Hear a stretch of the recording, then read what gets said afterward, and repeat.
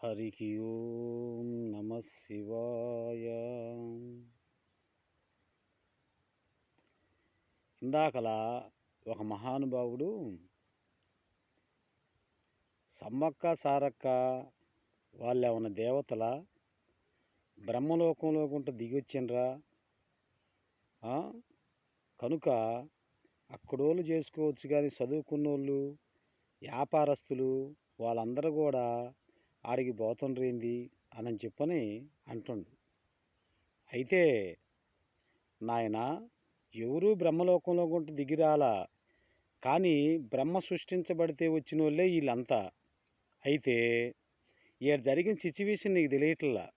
ఏంటంటే భక్తి మీరగా బధించి 10 మంది జనాన్ని ఆమె సాకి సంతరించి ఈ ప్రపంచంలో ఆమె కుటుంబం పెరిగింది.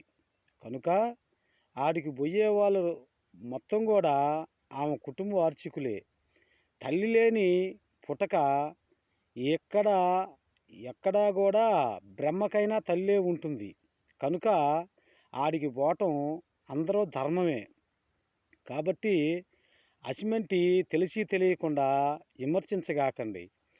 ఆమె పుట్టింది మనిషికే పుట్టినా మహాత్మురాలుగా మెలగటానికి ఆమె చేసిన మంచి పనులే ఆమె మహాత్మురాలు అయింది. కాబట్టి ప్రపంచంలో ఎవరైనా సరే సమ్మక్క సారక్కని కొలవటం ధర్మమే.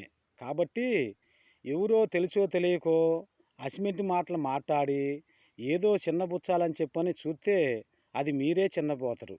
కనుక ఎవరైనా సరే బ్రహ్మలోకంలోకుంటూ దిగొచ్చిందా అంటే బ్రహ్మలోకంలోకుంటే ఎవరూ దిగిరాలా, కానీ బ్రహ్మ సృష్టించబడితే ఒక అమ్మ కడుపులోకుంటూ వచ్చిన వాళ్ళం మనమంతా మహావిష్ణు అన్న సంగతి మర్చిపోగాకండి.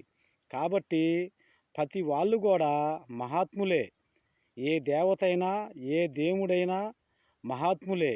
కనుక వాళ్ళు చేసిన పాపపుణ్యాలను బట్టి ఆ మహాజ్ఞానం వస్తుంది. కాబట్టి ఆ మహాతల్లి ఏ రకమైన ఇంకా ఆ కరువు రోజులలో ఆ రకంగా కాపాడుకుంటూ ఆమె కాడుండా చారడు బువ్వతోటి 10 మందిని రక్షించబడి ఉంటుంది. కనుక ఆమె ఇయాటి రోజున ఈ కోట్ల మంది ఆడికి చేరి ఆడ కింద ఎదురు పొదలలో శుభ్రంగా చేసుకొని పండుకున్న ఏం కూడా చీమ కానీ దోమ కానీ కాకి కానీ ఏదైనా సరే ఆడ అంటకుండా చేసి వాళ్ళందరిని కాపాడుతూ వాళ్ళందరిని కూడా మళ్ళీ ఏ గూటికి చేరుతుంది. కనుక దేవత అంటే అట్టనే ఉంటుంది. ఏదో పెద్ద పెద్ద దండలేసి పెద్ద పెద్ద మైమూత్రాలైన మణిహారాలు ఎత్తే దేవతలు గారు. ఆ మయముంటే అవుతుంది దేవత. కాబట్టి ఆడ ఏముంది అనుకోవటం పొరపాటు. కనుక సర్వజనులు పోయి అమ్మను దర్శించుకొని ఆ దేవుని అందుకొని రాండి.